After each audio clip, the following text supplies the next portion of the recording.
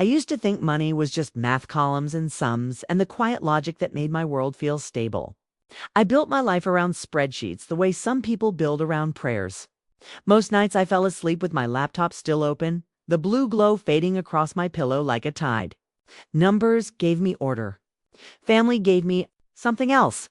My name is Mira Qureshi, and in my family, love had an invoice. Growing up in our narrow townhouse on Winter Street, the walls carried conversations like echoes in a seashell. My mother, Samina, had a voice that could slice fruit, clean and precise. My father, Haroon, spoke in pauses, long, weighted silences that made everyone fill them with guilt. My younger brother, Rayan, floated through life on a raft of allowances. And my older sister, Aisha, learned early how to disappear into helpfulness, her hands always washing, folding, passing plates. Me, I was the middle child, the one with neat handwriting and a savings account. Of all my children, my mother would tell the aunties during chai, Mira is the sensible one. She understands responsibility. She said it with pride, but always in front of Rayan. Like responsibility was a consolation prize you give to the daughter who wasn't beautiful enough to be adored without condition. I earned sensible the year I turned 12, when Baba's import business hit a storm. The recession swept the softness out of our house, replacing the living room chatter with whispers about inventory and letters of credit. I learned the vocabulary of fear: procurement, default, margin call. I watched my father sit at the edge of his bed holding a calculator like a rosary, punching it, erasing, punching again, his thumb reddening as if numbers could bleed. We went from branded cereal to generic. The Friday night biryani had more rice, fewer meat cubes. Once I overheard my parents arguing behind the pantry door. "Just ask your brother," Mama pushed, voice low but heated. "His sons have jobs in Dubai. They can help." My father's reply came like a sigh surrendered. "I will not beg the same man who sneered at our wedding gifts." I didn't like seeing him small. That weekend, I set up a lemonade stand, 3 blocks away, far enough that no one from the mosque would recognize the Qureshi girl hawking 50-cent cups with a smile that hurt. I made $22.40. When I pressed the coins into Mama's palm, she looked at me like I'd just aligned the planets. "You see?" she told Baba, her mouth pinched with triumph and something softer. Sensible. By 15, I was balancing our household budget in a spiral notebook. By 17, I'd filed my parents' taxes. By 19, I'd chosen accounting as my major, the easiest way to turn competence into currency. Summers, I interned. During the school year, I freelanced doing bookkeeping for boutiques run by women with French manicures and split attention. I graduated with honors and no debt, mostly because I kept living at home, eating leftovers, and telling myself that filial duty was just another line item in the ledger. It should have felt noble. Mostly, it felt like a job I could never clock out from. Our house had rules that were never written but enforced with an iron delicacy. We gathered every Sunday for family dinner even when I wanted to stay late at the office. Even when Aisha's husband, Hamid, had a shift at the hospital. Even when Rayan had a date. My parents believed proximity was the same as closeness. The dining table was our shrine. Everyone present. Mama would take attendance with her eyes scanning for empty chairs like they were broken teeth. "Yes, Mama," we chorused. "Alhamdulillah," she would say, and only then raise her spoon. Most Sundays were variations on the same script. Mama fishing for updates she could brag about to the aunties. Baba pretending not to hear when the talk turned to money. Aisha smiling like a hostess, passing bowls. Rayan arriving late with an apology that smelled like cologne and cigarettes and an air of having just escaped something more fun. One Sunday, as we settled in, Baba reached for the chutney and said, almost casually, "Rayan's final interview went well." Mama's face lit up. "Inshallah," she said, already savoring the phrase like a date in her mouth. "My son, the operations manager." Rayan shrugged, lips curving. "They said I have a good presence," he reported as if presence were a qualification. I stared at my plate. I'd helped him rewrite his resume, shaved off his flimsy internship, and inflated his project at the sneaker shop into supply chain optimization. I'd coached him through 2 mock interviews. I'd found the listing in the first place. Thanks to your sister, Mama added, tossing me a glance. Myra has the head for these things. Yeah, Rayon said, as though the thought just now occurred to him. Thanks, Mir. He didn't look at me long, like gratitude might stain. I didn't need thanks. I needed balance. But balance was as rare in our family as an apology. Later that night, I found Mama in the kitchen peeling cucumbers with exact strokes. Do you need help? I asked, even though I knew what she would say. You work so hard, she murmured, hands moving, eyes not leaving the blade. Rest, it always sounded like a benediction. But it was also a boundary. Rest, but not away. Rest, but not apart. Aisha wandered in, tying her hair with a rubber band from the junk drawer. Hamid's on nights, she sighed. Then added, almost defensively, he says hello. Tell him to come one Sunday when he is not busy. Mama replied in that mother-in-law tone that turns a suggestion into a summons. Aisha nodded and began slicing lemons into thin moons. She moved with practiced grace, notches of duty carved into her posture. In another life, I thought she would have been a painter.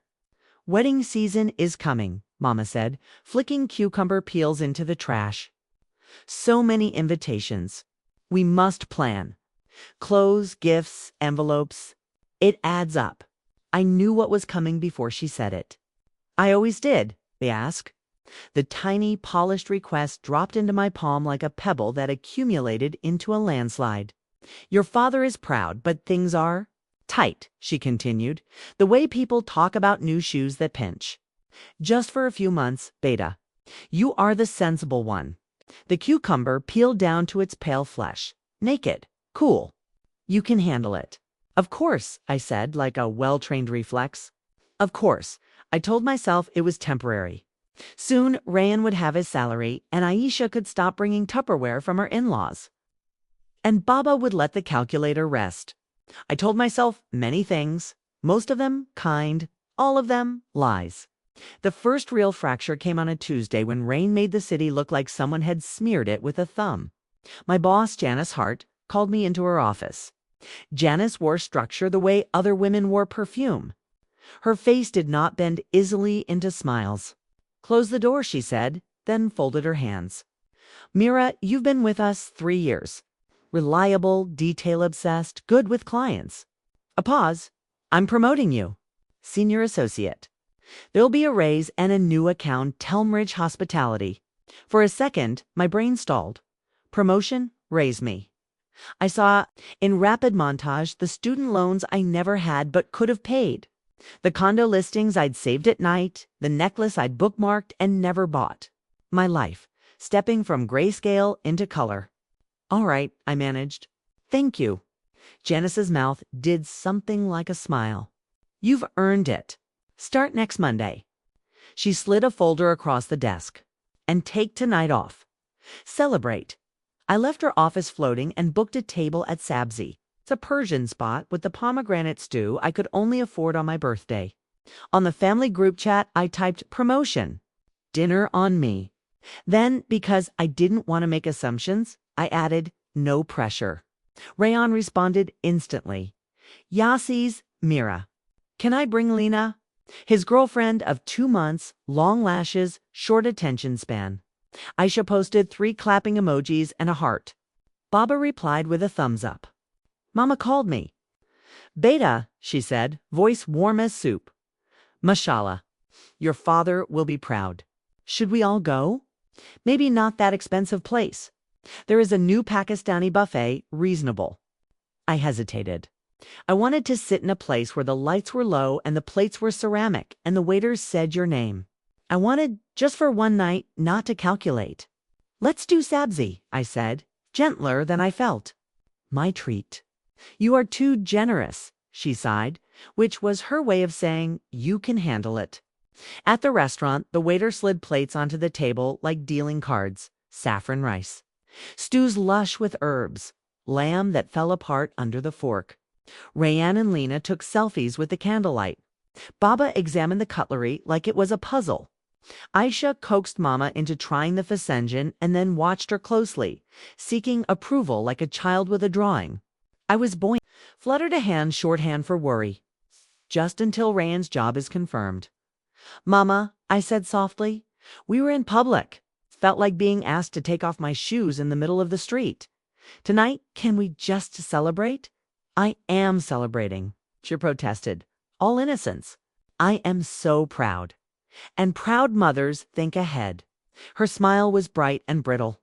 You are sensible. My jaw tightened. Janice's voice flashed in my head. You've earned it. In my family, earning felt like owing. Rayan didn't look up from his phone. Lena wants dessert, he announced as if he were ordering a mood. That pistachio ice cream thing? Of course I heard myself say.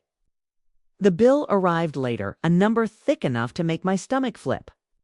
I slid my card across the table with a smile plastered on, then went home and moved money between accounts in the dark kitchen while the house slept.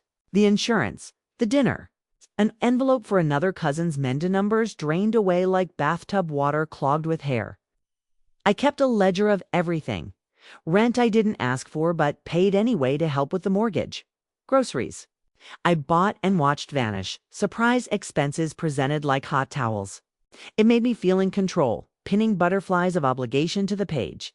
It also made me feel petty. Don't be cheap, Mama warned once, as if frugality were a personality defect. Cheap meant selfish. Cheap meant choosing myself. 1. Night, 2 months after my promotion, Aisha showed up at my bedroom door in a long t-shirt and worry for a mask. Can I sit? She asked. You don't need to ask, I said, but I could see from the way she held her hands that she'd been taught to. She perched on the edge of my bed. Hamid and I are thinking about moving, she said, eyes on her fingers. His parents want us closer, and the commute. She trailed off. Mama will be upset. Are you happy? I asked. She flinched like happiness was a paying guest who might hear. It's complicated, she said, which in our family meant no, but don't make me say it. We want to have a baby. Hamid says his mother can help. She swallowed. Mama thinks she will be the one to help. I felt a tegempathy wrapped in fear. We were always about to disappoint someone. We're always already failing. I'll talk to her, I said, though I wasn't sure what that meant. In our house, conversations were chess games where the queen pretended not to move. A week later at Sunday dinner, Mama announced Aisha wants to move. She said it like a crime she had solved. Aisha's fork clinked against her plate. It was just a thought, she murmured. Amit's mother. Mama snapped, eyebrows rising, are not all the same. Some want their daughters to stay close, and some want to take them away. She tilted her head at me, a small, cruel smile. Mira understands responsibility. Mira would never abandon her parents. Heat rose in my cheeks. It was always like this. Praise as leash. I drew in a breath. I live here because it makes sense, I said carefully. Not because I'm incapable of living elsewhere. Baba finally spoke as if he had been waiting for the cue. No one is saying you cannot, he said placidly, buttering his naan. But why fix what isn't broken? It's because I am, I thought. Because I am cracked with the effort of holding all this together. Rayan slid into his seat late, sunglasses shoved into his hair despite the darkness outside. What did I miss? He asked, then, spotting my expression, added, Uh-oh. Did someone talk about feelings? Your sister wants to move, Mama said, tone cool, a beat. Rayan shrugged. Let her, he said. Less bathroom traffic. Aisha looked at her plate. I covered her hand with mine under the table, a small anchor. She squeezed back, quick and grateful. After dinner, I washed dishes with Aisha, while Rayan wandered off to call Lena and Baba disappeared into his nightly calculator meditation. Mama dried plates like she was polishing grievances. You know, she will take grandmother's bangles, Mama said, casually referring to the jewelry Aisha was supposed to inherit. The ones kept in the locker? She will wear them to her new in-laws' dinners and forget where she came from. Aisha's shoulders folded inward. I would never, you don't know what you will do until someone asks you, Mama said, and I saw it then, the architecture of her fear, how she laced it into conversation, into recipes, into our bones. Stop, I said, more sharply than I meant to. We're not children. Mama's eyes flashed. Then stop behaving like them. We worked in prickly silence until the counter shone. When Aisha went upstairs, Mama lingered. Don't think I don't see what you do, she said finally, softer. You take care of everyone. You think ahead. Allah sees too. Her hand touched my cheek, a light graze. It is your duty, and Allah rewards duty. That night in bed, I stared at the ceiling and tried to negotiate with heaven. Kept doing the right thing long enough, surely the math would work. Surely sacrifice compounded into blessing. At work, the Elmridge account intensified, and Janice began copying me on emails with phrases like excellent judgment and take point. I felt myself becoming the kind of person I had imagined, being someone with a card that opened doors with authority in her voice. But at home, I was still the sensible one, and sensible daughters do not walk away. 2 months before the thing that would shatter whatever was left, Rayon announced his engagement at Sunday dinner. He did it without preamble, dropping the word like a grenade. I proposed to Lena, he said, showing a photo of a ring on a manicured hand holding a latte. The table erupted. Aisha gasped. Aisha gasped. Baba smiled like someone winning a second-place ribbon at a county fair. I felt the ground tilt under my chair. Congratulations, I said, standing to hug Rayan, who smelled like a new car. I didn't know you were planning. I wasn't, he said, grinning. She loved the ring. We're thinking late summer, small, chic, Insta-worthy. He winked. Don't worry, Mir. We'll keep it within budget. It's whose budget? I wanted to ask. The room seemed to draw a breath. Mama clasped her hands. My son, she said, glowing. We must plan. Venue, catering, photographer, and outfits. We'll host a dinner next week to begin. Her mind spun like a wheel clicking into a higher gear. Family must be involved. Baba nodded. Of course. Later, in the kitchen, as the kettle hissed, Aisha whispered, Do you think? Lena knows how much weddings cost. Do you think anyone is going to tell her? I whispered back, and the laugh that escaped us was brittle, the kind that cuts your mouth. The next week, our living room transformed into mission control. Mama spread fabric swatches and vendor cards across the coffee table like a general mapping a war. Aunts arrived with opinions. Rayon beamed and disappeared repeatedly to answer Lena's texts and urgent calls. Baba nodded at every suggestion as if nodding equaled funding. At one point, Mama turned to me as if remembering a detail. Beta, since you understand these things? She gestured to a spreadsheet Aisha had started guest list. Per head costs accrued budget that was already lying. We will need to keep track. And you should negotiate with the banquet hall. They will take advantage if they see an emotional mother. I can handle that, I said. Reflex over reason. Of course you can, she said, already on to the next item. And we must talk about envelopes. I think, Mama, I interjected, careful. We should decide who is paying for what before we promise things. The room went quiet like a movie when the soundtrack drops out. Mama's smile flattened. What do you mean? I mean, weddings are expensive, I said. We should figure out what we can afford. Baba's fingers tightened imperceptibly around his teacup. We will manage, he said, the mantra that had become a wish. A small wedding, Rayon piped from the sofa, not looking up from his phone. Lena's parents will handle the Mendy. We just need the reception. Just, Aisha muttered, and I saw a flash of temper on her face, gone as soon as it surfaced. Mama exhaled through her nose. Your brother is getting married, she said, as if I had questioned gravity. Family comes together. Everyone contributes. In our culture, the sister, I finished it for her in my head. The sister pays. I didn't argue. Not yet. I told myself we were only setting the stage. I told myself balance was still possible. But something inside me had shifted. The ledger no longer looked like love. It looked like a trap. That night, I opened my own spreadsheet, line items in bold. Rent, utilities, savings, retirement, vacation, empty. Family obligations had its own tab, and under it, I created a new column. Wedding. I typed in a number that made my throat tighten. I could do it. I could always do it.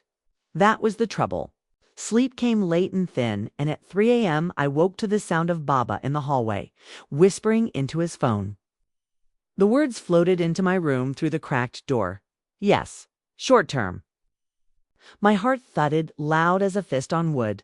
I waited, breath shallow. After a moment, the floorboards creaked. Baba tiptoed back to bed. I lay awake until dawn, counting the ways, the tiny, practiced ways, a parent can spend a child. In the morning, I found Mama in the kitchen with a list. I made some calls, she said. Too bright? There is a banquet hall that will give a discount if we book by Friday. They asked about a deposit. I poured coffee with hands that didn't feel like mine. How much? She told me the number and kept talking dates menu. Chair covers her voice, shifting into that hypnotic rhythm that makes you nod. I didn't nod. Mama, I said carefully, I'll look at the budget tonight. We need to be realistic. She stiffened. Realistic, she repeated slowly, like a word she disliked on her tongue. You sound like a calculator. I am, I said, and I meant it as a joke, but it fell between us like a brick. Her eyes narrowed. Your father is under enough stress. Don't add to it with your constraints. They're not my constraints, I said. They're reality. Reality, she said crisply, is that family sacrifices? She tapped the list. And you, of all people, understand what it means to step up. She smiled without warmth. You've always been the sensible one. I could feel it happening, then the ground shifting under the polite phrases, the polite smiles. Something was brewing in our house, in our kitchen, in the ledger that had always balanced because I made it. I could feel the calculation my parents were making, numbers in their heads that added up to me. I rinsed my cup and went to my room, shut the door, and leaned my forehead against the cool wood. In the quiet that followed, I heard my own voice, small and surprisingly steady. Inside my skull, if they demand, you will have to decide. Not just how much to pay, whether to pay at all. Whether to keep the job they'd assigned me in this family accountant, treasurer, sacrificial l'amour raison. On my bed, my phone buzzed. A message from Janice. Elmridge wants a preliminary report by Thursday. I know you can pull it off. Another message from Aisha. Please don't fight with Mama. She's just excited. And from Rian. A link to a tuxedo rental website. The text. What do you think of Navy? Also, can you spot me until next month? Lena and I are stretched. I stared at the screen until the words blurred. Then I opened a blank document and began to type not numbers, but a story. My story. The one I'd tell the day everything came due. The day my parents demanded I panned, I gave them the shock of their lives. I've replayed that night in my head more times than I can count.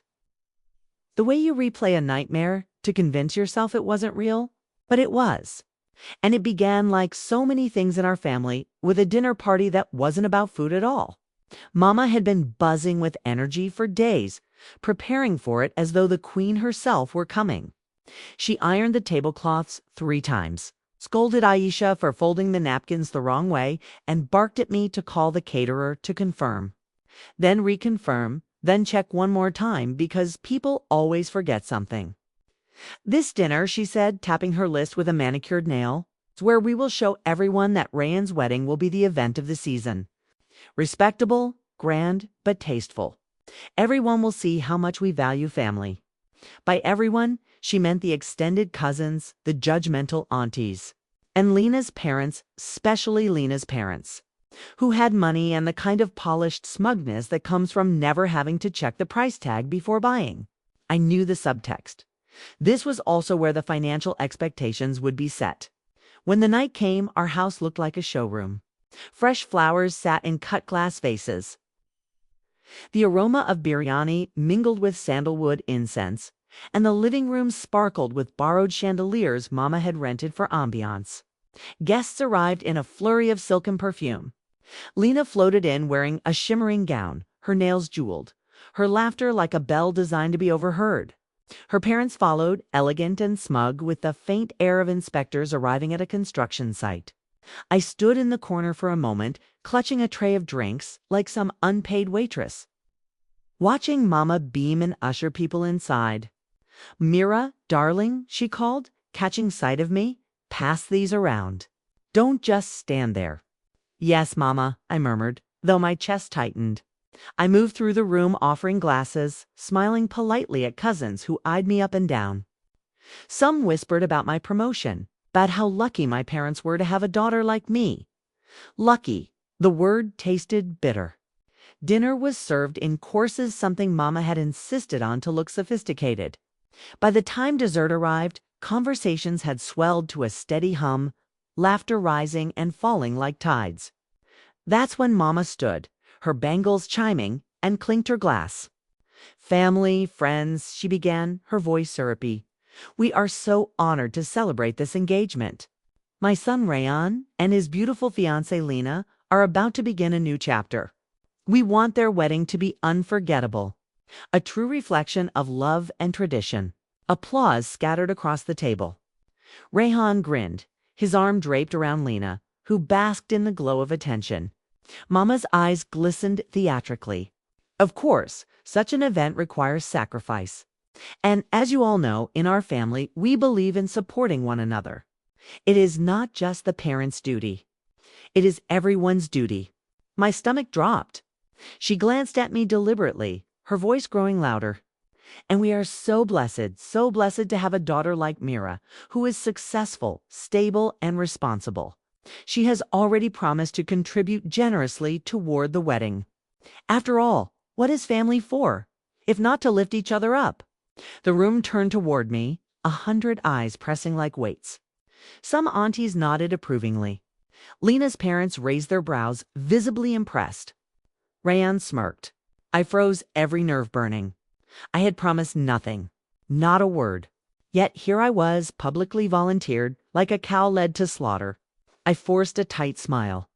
"We'll see what we can manage," I said carefully, my voice thinner than I wanted. But Mama wasn't finished. "Oh, she insists on taking care of the banquet hall deposit," she added, her tone playful but sharp. You know, my Raul was so sensible. Laughter rippled. I heard someone murmur, "Mashallah, what a daughter." Inside, I was screaming. As plates were cleared, the whispers began. Cousins leaned across to one another. "Of course, Mira will pay. She makes good money. Rayan is lucky. Sisters like that don't exist anymore. She doesn't even have her own family to support. What else is she going to do with it?" Each word jabbed like a thorn. Even Lena chimed in, tilting her head toward me with a sweet smile that dripped poison. "You're amazing, Mira. Honestly, when Rayan told me how much you help, I was stunned. Not every sister would do that. You must love him so much." Her tone carried a hint of mockery, as if my role in life was to bankroll her fairy tale wedding. Rayan chuckled, squeezing her hand. "That's Mira for you. Always dependable." I wanted to slam my glass on the table. Instead, I swallowed the heat rising in my throat. Later, as people prepared to leave, Baba pulled me aside near the staircase. His face carried that heavy silence I knew too well. "Don't make a scene," he said quietly. "Your mother is proud. You'll manage. You always do." I stared at him, my jaw trembling. "Baba, they just promised my money like it was theirs." He sighed. "You're the sensible one. You understand duty." Duty? The word felt like a chain around my neck. When the last guest left, I began stacking plates, my hands shaking. Mama breezed in, glowing from the praise she had soaked up all evening. "See how well it went," she said. "Everyone knows now that we are a strong family." Lena's parents were very impressed. They even asked how much you'll be covering. I told them you'd handle the reception hall. I stopped cold, a plate still in my hands. "You what?" "Mira," she said lightly, as if I were being unreasonable. "It's your brother's wedding. He deserves this. You can afford it. What's the problem?" The problem, I snapped, is that you announced it without asking me. Her smile thinned. Do not embarrass us. Do not embarrass your father. People are counting on you. Aisha, standing by the sink, whispered, maybe don't argue now. Her eyes begged me to let it go. But I couldn't. Not this time. I looked at Mama, at Baba's silence, at Rayan's smug grin as he scrolled his phone. My heart pounded with humiliation. I hardly slept after that dinner. My body was still, but my mind ran marathons through every betrayal carved into me over the years. Mama's words echoed like a curse. She has already promised to contribute generously. Promised. I had done no such thing. By dawn, I wasn't just angry, I was calculating. Rage is loud, but calculation is quiet, deliberate. If my parents wanted to play with my money like it was theirs, then they had no idea just how far ahead I could plan. The first step was brutal honesty with myself. I opened my laptop, pulled up my personal spreadsheet, and created a new tab labeled Truth. In neat rows, I listed everything I had already paid for over the years. Mortgage contributions, utility bills, Rayon's tuition top-ups, Mama's jewelry repairs, Baba's credit card balance that mysteriously disappeared one summer, even Aisha's baby shower that never happened because she miscarried. Yet, I had booked the hall deposit she refused to let me cancel. When the tally finished, my chest clenched. Nearly $87,000 over a decade. Quietly, without thanks. Without recognition, I closed my eyes. I could have put a down payment on my own condo. I could have traveled, invested, lived. Instead, I had been financing my family's illusions.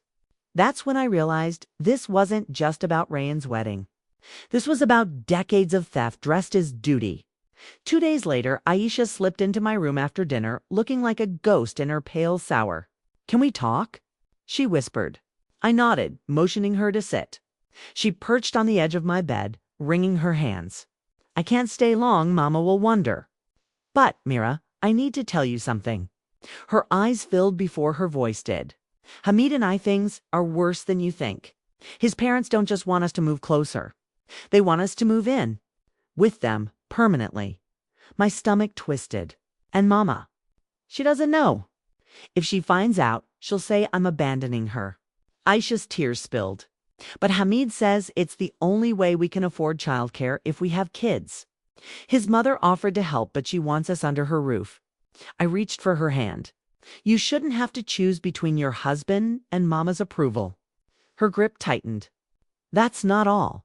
She hesitated, then whispered, Mama told me if I leave, all the family jewelry goes to Rayon. She said I'd be cut off. I felt the blood drain from my face. Cut off, the words tasted like poison. It wasn't just money. It was control. They had weaponized inheritance, duty, even love. That same week, I overheard Baba on the phone again. This time, I pressed my ear against the thin wall of my room. His voice was low, urgent. Yes, I understand the risk. No, she doesn't know. But Mira is steady. Her salary covers everything. If you give me until next quarter, my chest seized. He wasn't just depending on me. He was using me as collateral, promising lenders that his daughter's paycheck would cover his debts. I wanted to burst into his room, demand answers, scream. Instead, I sat on the floor shaking, my fists pressed to my temples. They weren't just draining me, they were gambling with me. The final straw came when Mama cornered me in the kitchen the following Sunday, her tone sugary, her eyes sharp. Myra, darling, I spoke to the banquet manager. He said if we pay the deposit this week, he'll throw in an extra dessert table. You should go tomorrow and write the check. Me? I asked, though I knew the answer. Of course. Who else? You're the sensible one. Something inside me snapped. Mama, I said, steady but firm. Why is it always me? Why am I the one expected to fix everything? Her smile stiffened. Because Allah blessed you. You have a good job? Your brother is just starting out. Aisha has her own struggles. Documents legal, crisp, and damning. The header bore the bank's name. The text was a tangle of clauses and signatures. There, in a subclause about collateral and household income, was my name printed: household income, including contributions of adult dependents, Mira Qureshi. The paper didn't say I had signed anything. It said my income was assumed as part of the collateral. I looked at Baba. "When did you sign this?" He opened his mouth, then closed it like a man looking for a coin in an empty pocket. 2 years ago, he said finally. "The business, there were issues. I had to. We were desperate. You promised lenders my paycheck would help."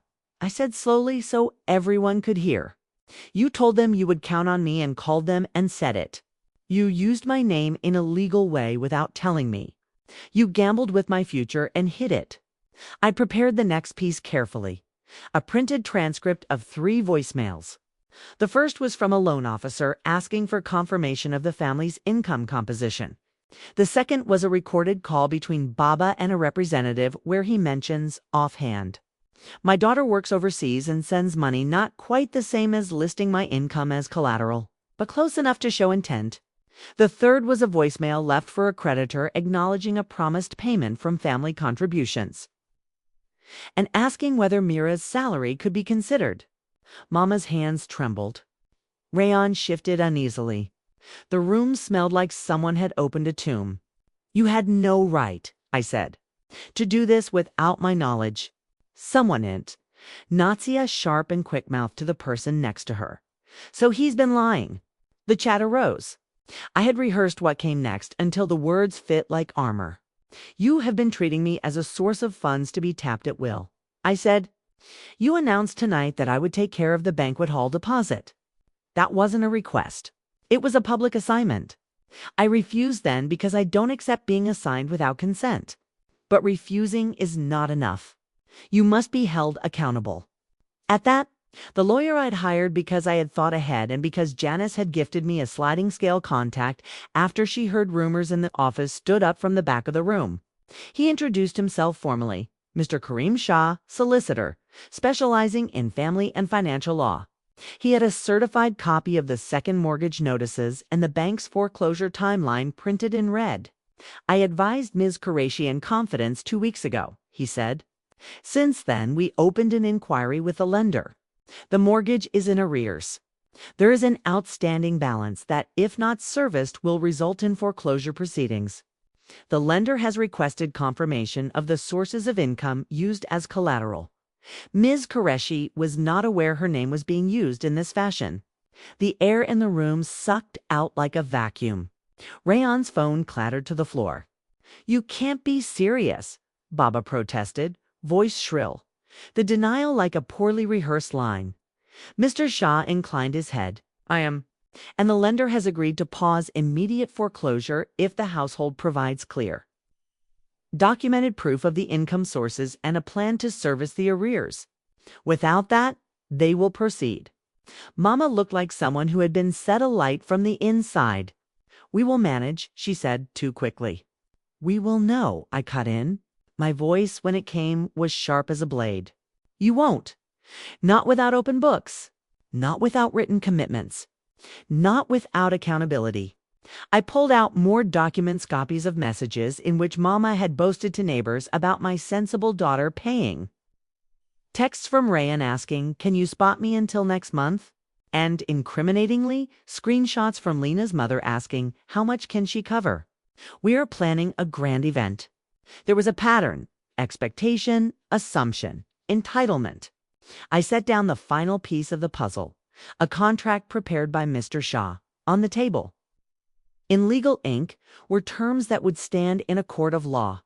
They were a choice disguised as consequence.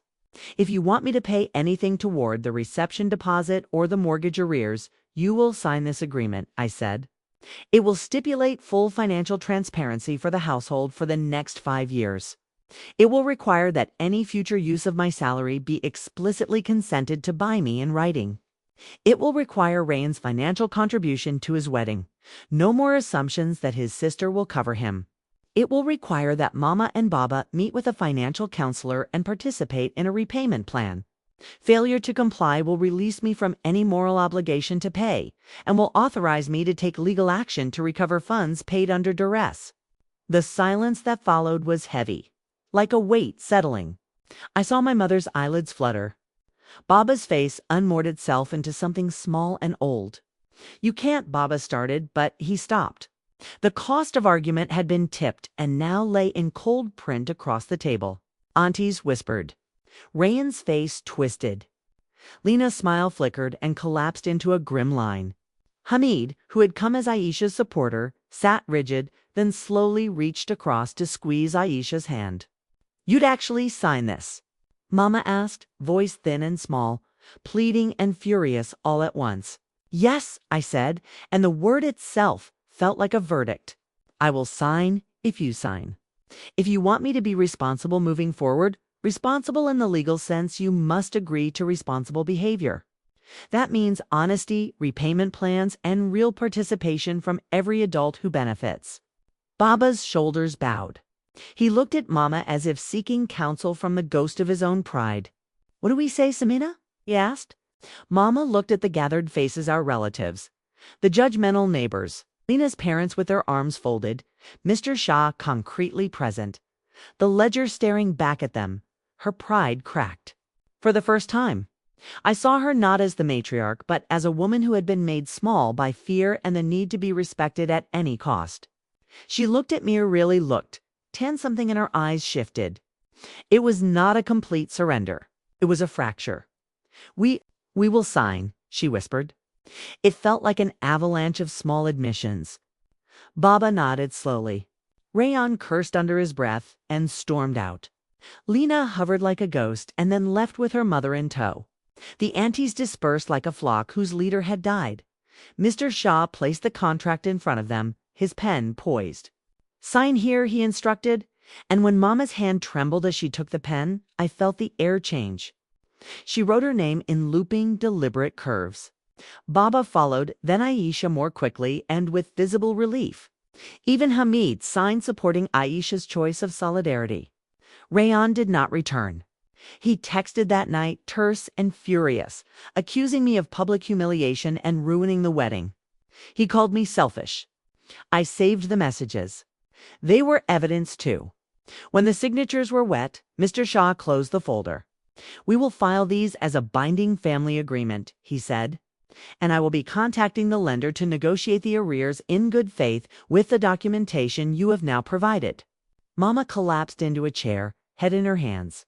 When she looked up, her face had the shape of someone who'd been held underwater and come up gasping.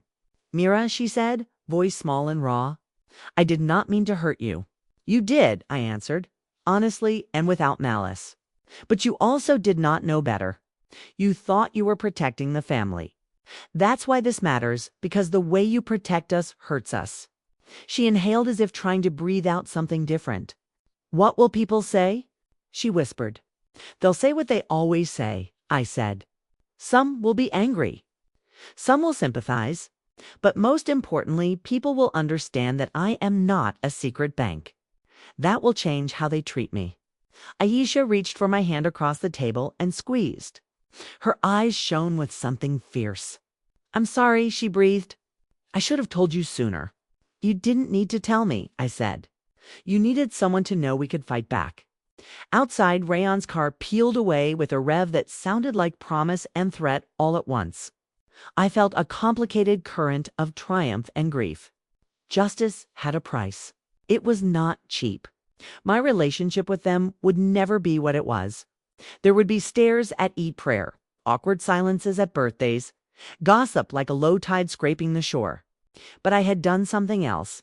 I had shown myself that I mattered, that my consent was not optional, that love was not a debit card to be swiped without notice. In the weeks that followed, consequences came in small, exacting measures. The lender negotiated a repayment plan that included structured contributions from Baba's pension and a modest settlement from the household.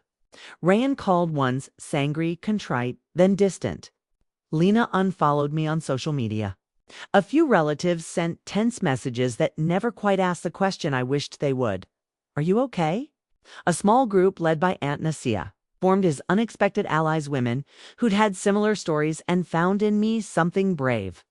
They called, they visited, they brought casseroles and the small political power of moral support. Mama and Baba began therapy with a financial counselor Mr. Shaw recommended. It was clumsy at first. Mama bristled at spreadsheets in front of her. But she learned haltingly that secrecy had been a bad currency in our house. And Mai put the family ledger away for a while and opened another document. It was a budget, this time designed for me, savings goals, an emergency fund, a plan for a down payment on my own place. The numbers were smaller at first, shy and careful like new seedlings. But they grew. When I walked past the living room one afternoon and saw Mama on the couch, phone in hand, hesitating over a photo of a dress she'd once wanted to buy me, she caught my eye. She lifted the phone, then set it down. No words passed between us. We nodded, a small mutual recognition that the ripples of that night would not vanish. They would change the shoreline. I had given them the shock of their lives not to break them, but to wake them. Justice had been public and immediate. Forgiveness, when it came, would be private and earned. I had traded my silence for accountability, and in that trade I reclaimed something more valuable than money, my voice. And for all the cost, I slept that night with a steadier breath, knowing that the next chapter, whatever it held, would be written by me, not by the ledger of other people's assumptions. Silence after a storm feels different. It doesn't come soft like peace. It comes heavy, like debris settling after something has been ripped apart. That was the air in our house after the confrontation the day I gave my parents the shock of their lives. At first, no one knew how to act. Sunday dinners were quieter, stripped of their pageantry. Mama stopped making speeches about sacrifice. Baba no longer brought out the calculator at night.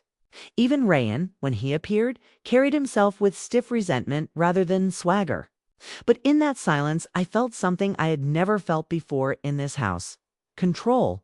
It didn't happen overnight. But slowly, I saw shifts. One morning, Baba shuffled into the kitchen carrying a stack of envelopes. He placed them on the table with a sigh. "These are the bills," he said simply. "All of them." I thought maybe we could look together.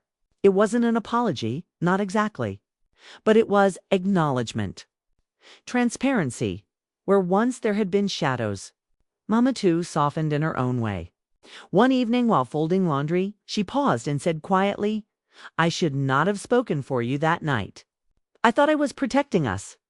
I see now I was pushing you away." Her voice broke on the last word, and for the first time in years, I believed her vulnerability wasn't just performance. She was learning that pride could no longer be purchased with my silence. Aisha's relief was the most immediate. With the agreement signed and the financial counselor mediating, Mama could no longer threaten her with inheritance or guilt. Aisha and Hamid made their move literally. They packed up, signed a lease closer to his hospital, and began building a life without the constant pull of manipulation. On moving day, Aisha hugged me fiercely. "You didn't just save yourself," she whispered. "You saved me too." Her eyes sparkled with a freedom I had never seen in her. And though Mama wept at her departure, even she admitted later, it is better for them. They can breathe. Rayan, of course, resisted. He accused me of destroying his dream wedding, of embarrassing him in front of Lena's family.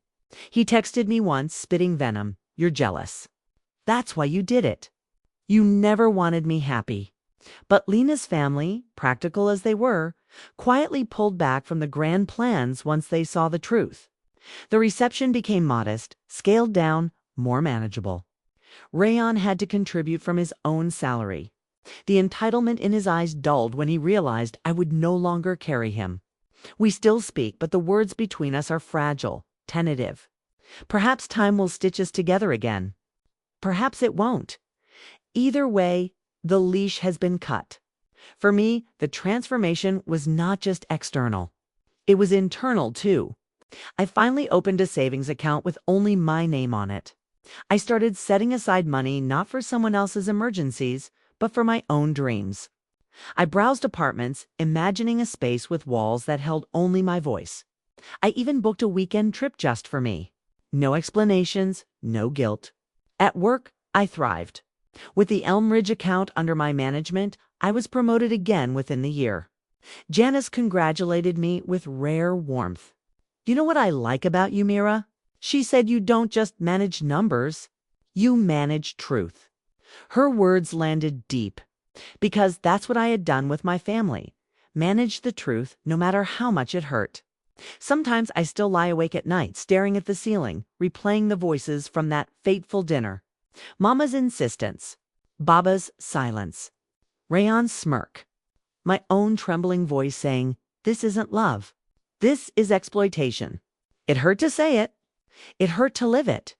But it was necessary. Family is supposed to be about love, sacrifice, and trust. But when sacrifice becomes one-sided, when trust is abused, when love is reduced to transactions, it ceases to be family. It becomes a prison. I had lived in that prison for too long. And the night I broke free, I didn't just save my future. I changed the blueprint of what love means in our house. Now, when I sit at Sunday dinners, the atmosphere is different. There are fewer people, fewer demands, fewer illusions. But there is honesty. Sometimes painful, sometimes awkward, but real.